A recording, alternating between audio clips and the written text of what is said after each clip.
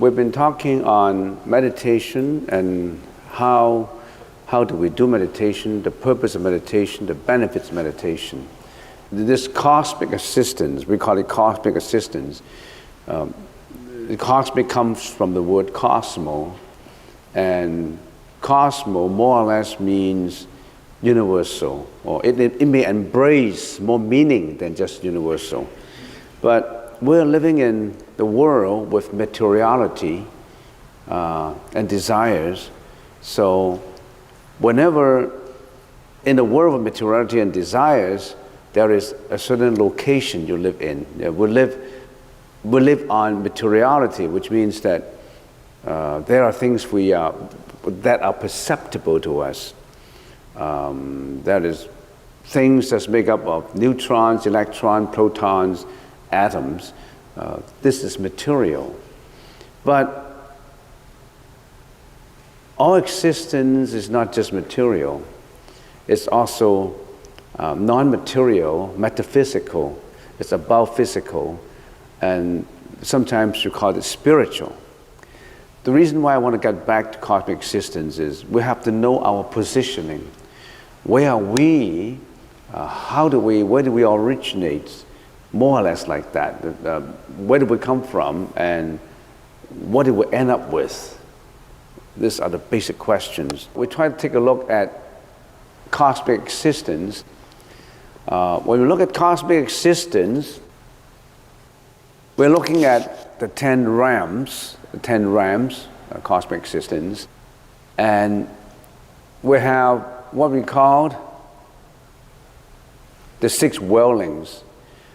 6 dwellings is the 3 vicious realms, departed spirits, or sometimes call them ghosts, animals, and hell realms.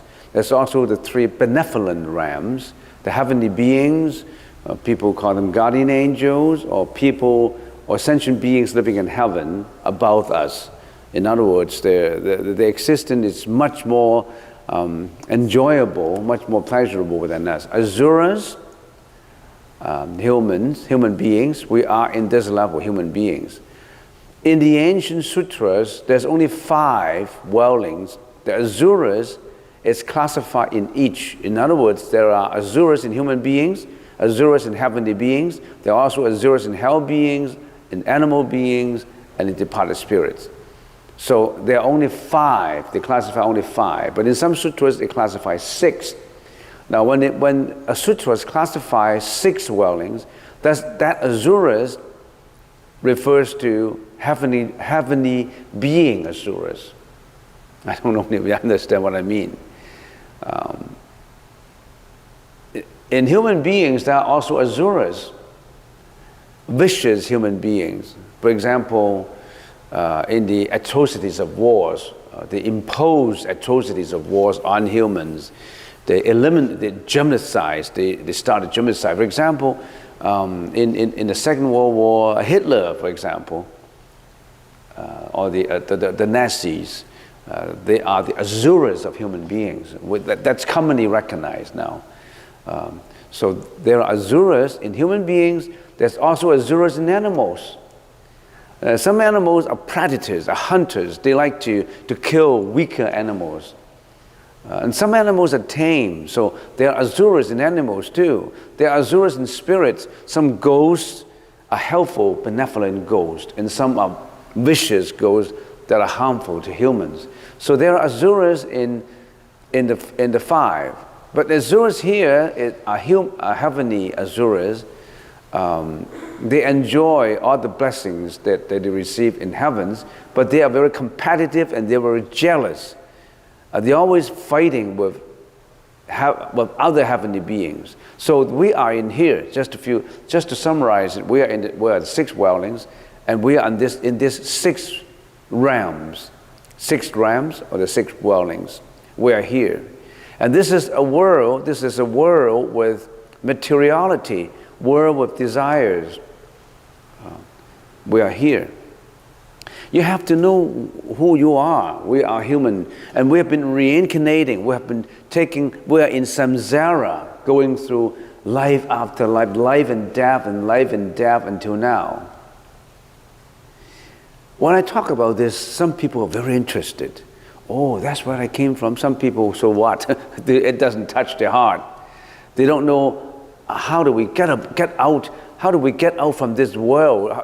World with desires. They're not too interested. They're only interested in food, eating, enjoyment, and that's where they spend the rest of their life. There are many different kinds of people. If you're interested in the spiritual level of humanity, you'll be interested in this kind. People who are looking for liberation. People who have been suffered, and people have seen a lot of sufferings. They want to liberate from sufferings, not only of themselves, of all the others. They're more compassionate people. They're more interested in this. People who are not compassionate, what do they care? Yeah, I mean, I'm a human being, so what? When I die, I just die. Most people are like that, as a matter of fact. Yeah. And these are the 6 worldlings. And how about these here? There's the 4 sages, saints. These are out from samsara. They already have taken the spiritual path, taken enlightenment. They already have walked out from life and death. Pratyeka Buddha, Sravakas, Bodhisattvas, and Buddha. And in Sravakas, there are 4 levels: the Strodapana, Sakritagaman, Anagaman, and Arahats. These are the 4 sages. They already have liberated themselves from samsara. No more life and death for them, no more sufferings for them. And more than just that, the Buddha and Bodhisattvas, after they have liberated themselves from life and death, they came back to life and death. They already have liberated themselves, but they don't want to leave all these folks behind. They came back to liberate others in many, many forms. And the Sravakas and the Pratyeka Buddhas, they are more, I already have been liberated. I'm okay. And they don't take a lot of interest in liberating others. They don't take that as a mission, as something that I am one with all the sentient beings.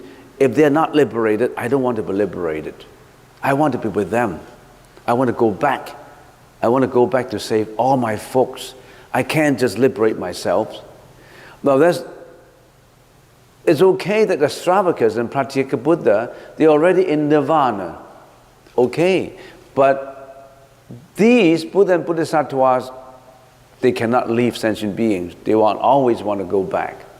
They always want to help. These are already liberated. So, you know your positioning. Our position, we are in here. We're in human beings in here. And do you consider that you are fortunate if you started to study the Buddha's teaching, knowing how to liberate yourself and how to liberate others, emancipate yourself, emancipate others? But there are a lot of people who never have a chance to know about these things. There are other people who are still submerged themselves in samsara, in life and death. There are people who involve themselves with heavy karma that pull them down to the animal realm, spirit realm, hell realms, and human beings realms. Heavenly beings and asuras, of course, they're in a much higher level. They do not have as much sufferings. They have very little sufferings, but they're not completely emancipated yet. They are still going through samsara. In human beings, it's a mixture, you and I. Some people suffer more than others. The Second World War, the atrocities of war killed 20 million people. It's always good sometimes if you get on YouTube or Google, go back to see how humans can inflict sufferings on others. They created a lot of karmic energy that pulled them down.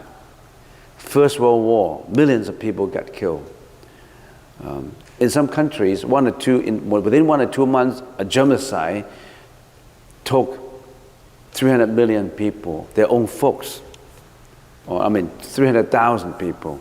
They killed themselves. and plus human kills animals, and animals kills human. They are killing each other. And these are the wise people who wanted to tell us, get out from there. Help others to get out. But how many people are interested in it? So are we not fortunate to know about the Buddha's teaching, that we can do something about it?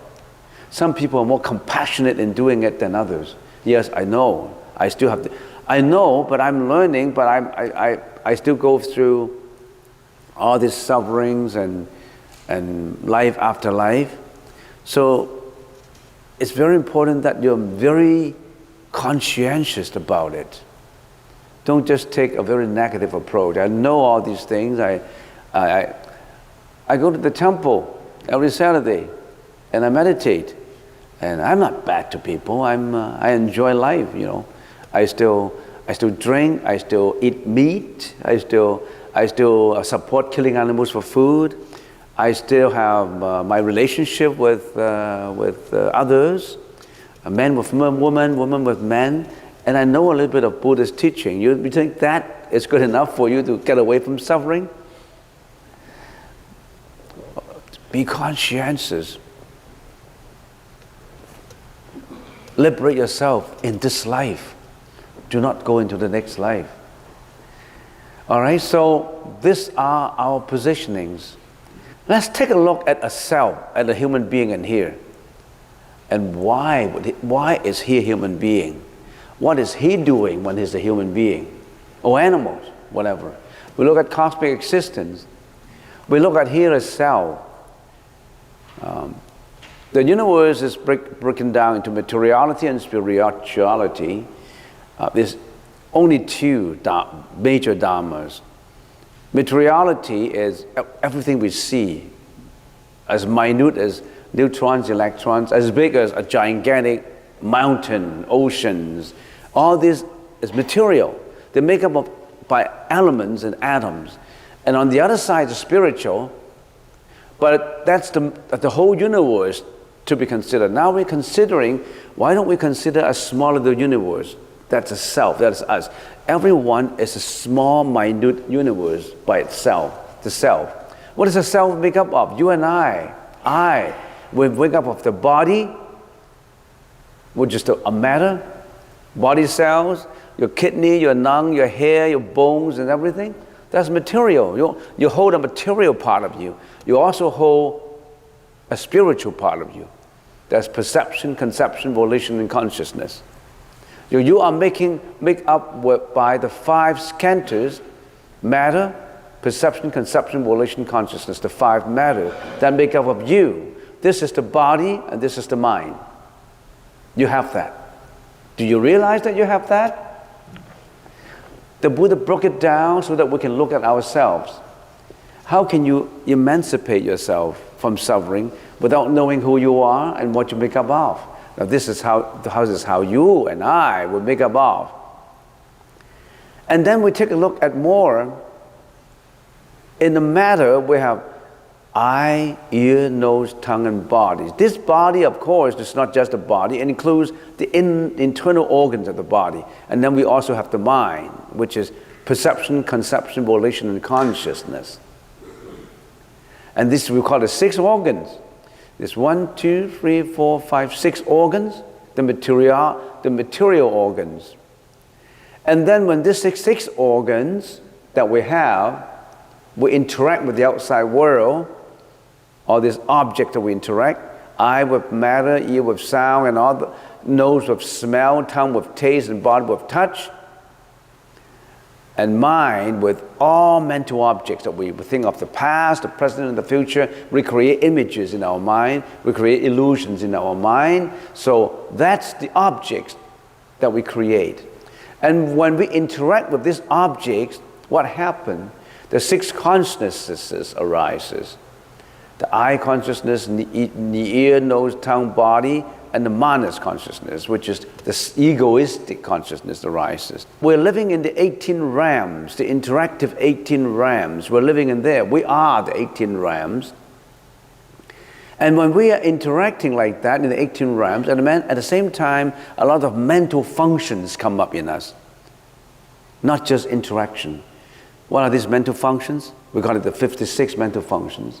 And some of these, just to give examples, is jealousy, hatred, depression, arrogance, selfishness, shamelessness, anger, hatred, you name all those at the same time.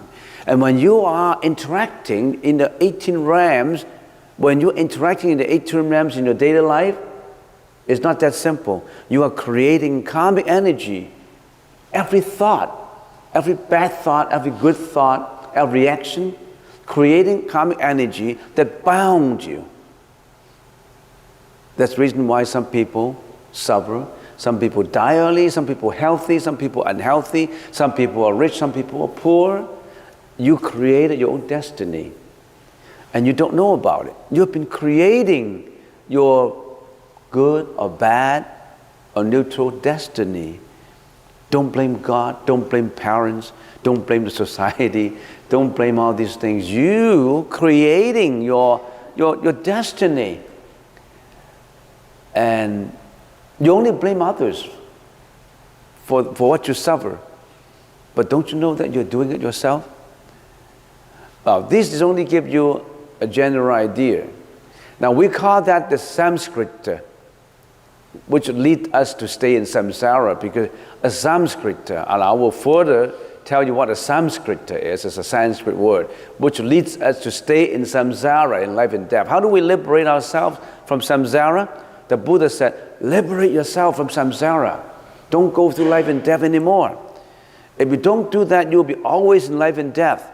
Yeah, you are very compassionate this life. You're helping, you're donating all your money out, but that would put you in a better human realm in your next life. You're still in suffering because you are not getting out from samsara.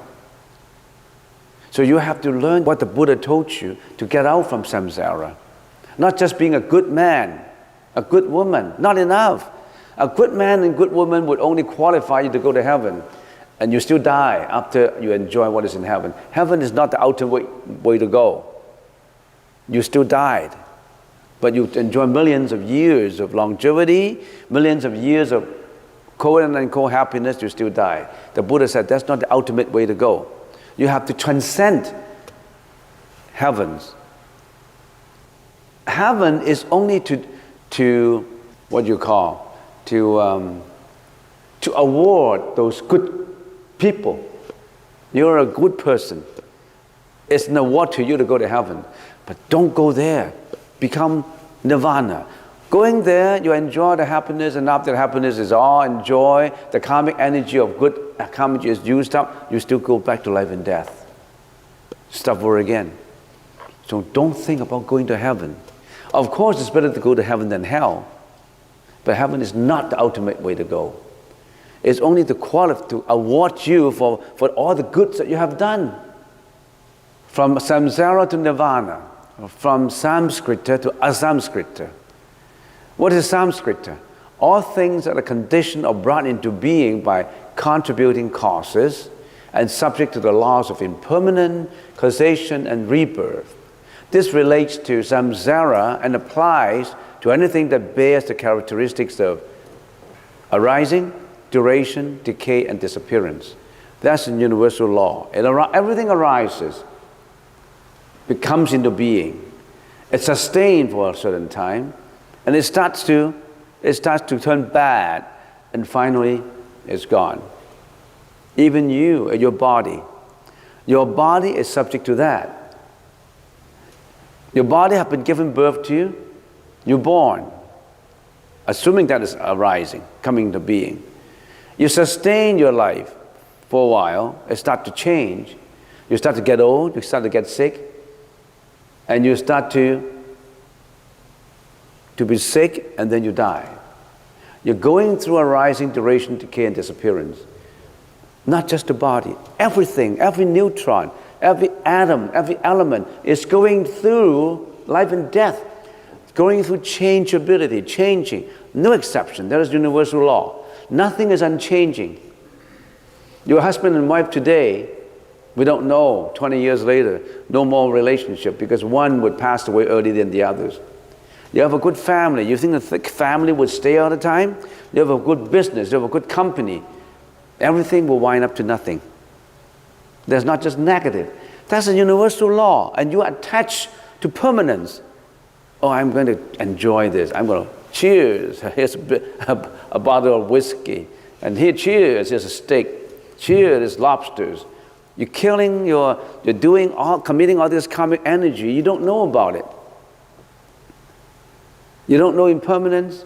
You know about impermanence, but you live as if everything is permanent. Everybody knows about impermanence, but your interaction, your thinking, you don't know about it. You're getting onto permanence. Everybody knows about causation, but when things come up, you still attach to causation. You're attached to someone treating you not nicely. You're still attached to being selfish. You're still attached to being arrogant. You're still being attached to ego, your ego. You don't know about it because thought comes so delicate. Oh, I'm a good person. I'm a philanthropist. But in the minute little world, in your mental world, you are still egoistic. You may not know about it. The time when you really know about the minute little defects in you is the time when you're in meditation. Sometime when you're in meditation, all your defects, all your karmic energy magnify. You can see it. Wow, I'm like this. You're overwhelmed with these emotions. So if you haven't got to that level, that means you're not in a meditative state that you are in a higher level. Meditation exposes all your weaknesses and it forces you to change. Meditation is not just, oh, I'm enjoying, I'm at peace. Oh, I have comfort. That's just scratching the surface of meditation. Meditation is to open up your basement of garbage and let you clean it up. By the time you open that cellar, all the stinky garbages, you got depressed. There must be a guru who tells you, don't depress. Let go of the stinkiness. Start to clean it up. Start to clean it up. Okay? Now that's Samskrita. And then Asamskrita, changing from Samskrita to Asamskrita, things that are conditioned without arising, duration, decay, and disappearance, absence of all conceptualization and emotions, freedom from samsara, and complete liberation from suffering. A synonym for nirvana. Nirvana is not subject to the laws of impermanence, causation, and rebirth. Nirvana is the place that we should go to. The Buddha has gone there already in nirvana. The Buddha came back 2,500 years ago and told us how to get there. A lot of bodhisattvas, Avalokitesvara Bodhisattva, Ksitigarbha Bodhisattva, Samanapatra Bodhisattva, Mandrisva Bodhisattva, they all came back to tell us this is a path to go to nirvana. Who have been listening? Who have been following?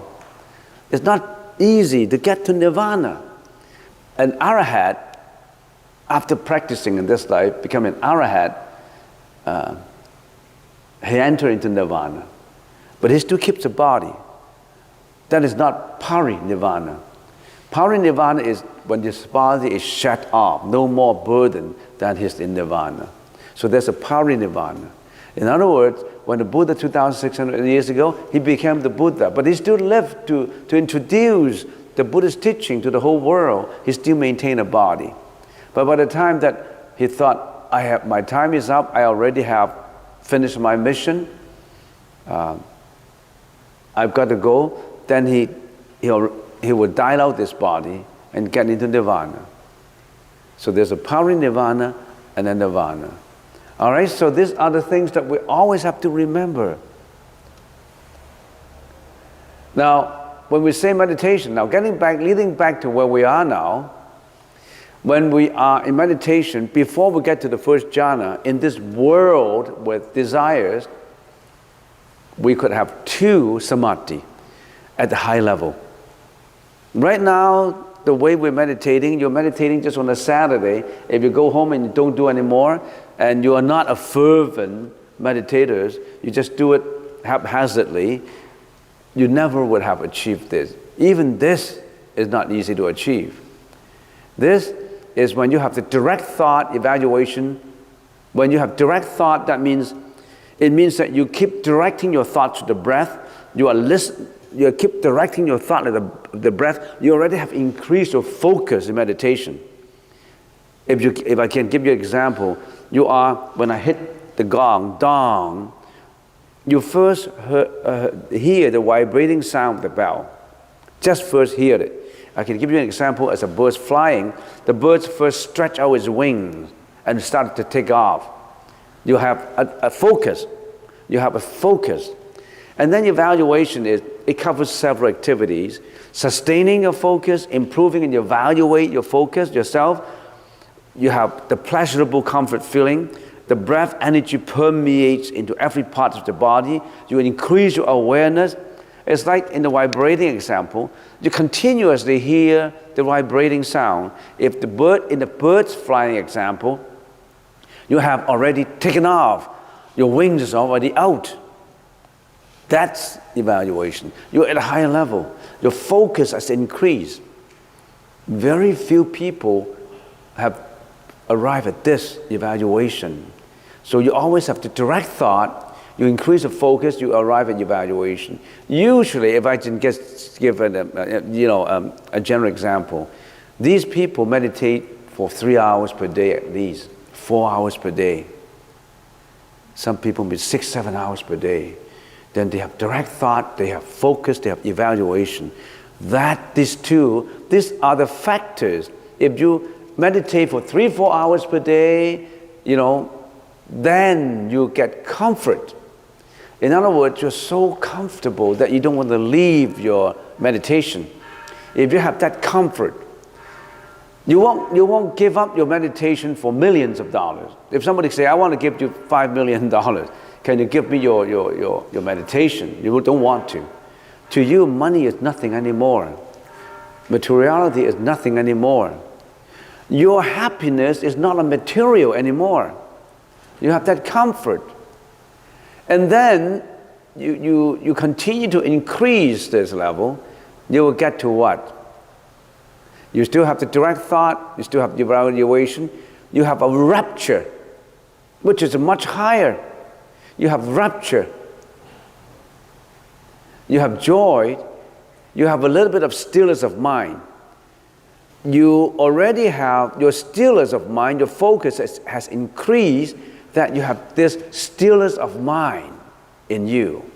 You not only have comfort, you have a little bit of rapture of joy, piti in the Sanskrit language, and you also have sukha, which is the joy. But this is only preliminary and sporadic. When you're at this, you can arrive at this kind of samadhi. You are still in this world of desire. You are ready to go into the first jhana. When you go into the first jhana, you are a different person. For people who have been meditating for years, maybe 10 years, 15 years, 20 years, you are here. But don't discourage that it may take you another 15, 20 years. For some people who have been practicing in the previous life, it may take them 5 months, maybe a year. It depends on who you are.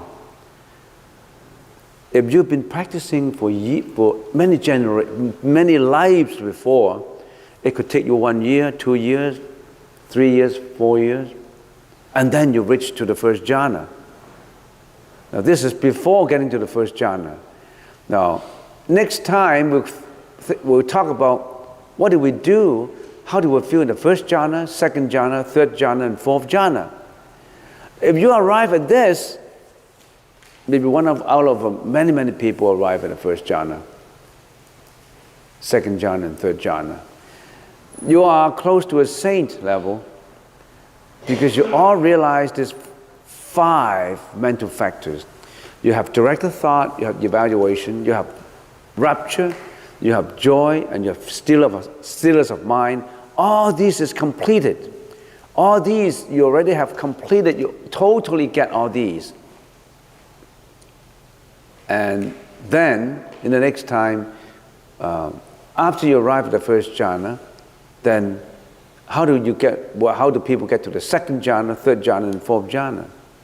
Now, even if in this life you arrive at the first jhana, sometimes you may lose it.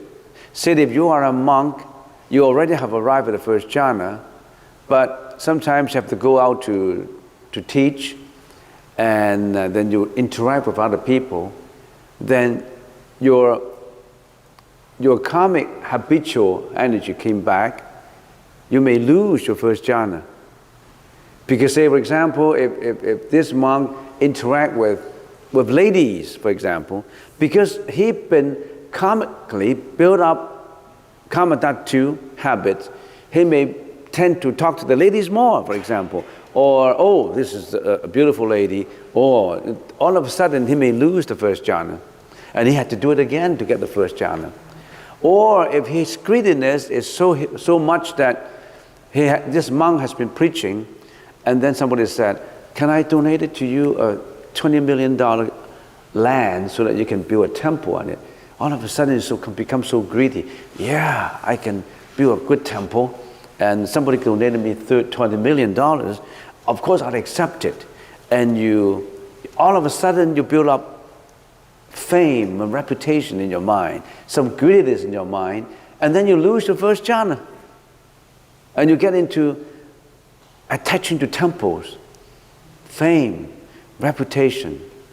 So you're the abbot of the biggest temple, which is worth 500 million. So all of a sudden you feel so overwhelmed with all these things. You may have lost your first jhana. So you may lose it. You get it, you lose it. And for some people, they may lose it in the first year, and then, I have built this temple. I don't need it anymore. I will continue, but I'm not attaching it to it anymore. And then he get back to the first jhana. I built this temple not for building up my reputation and fame. I built this temple to benefit all the others. Some people build a temple without attaching to it. They're always in the first jhana. You understand? So you may lose it, okay? Now, we're going to the second jhana, third jhana, and fourth jhana next time.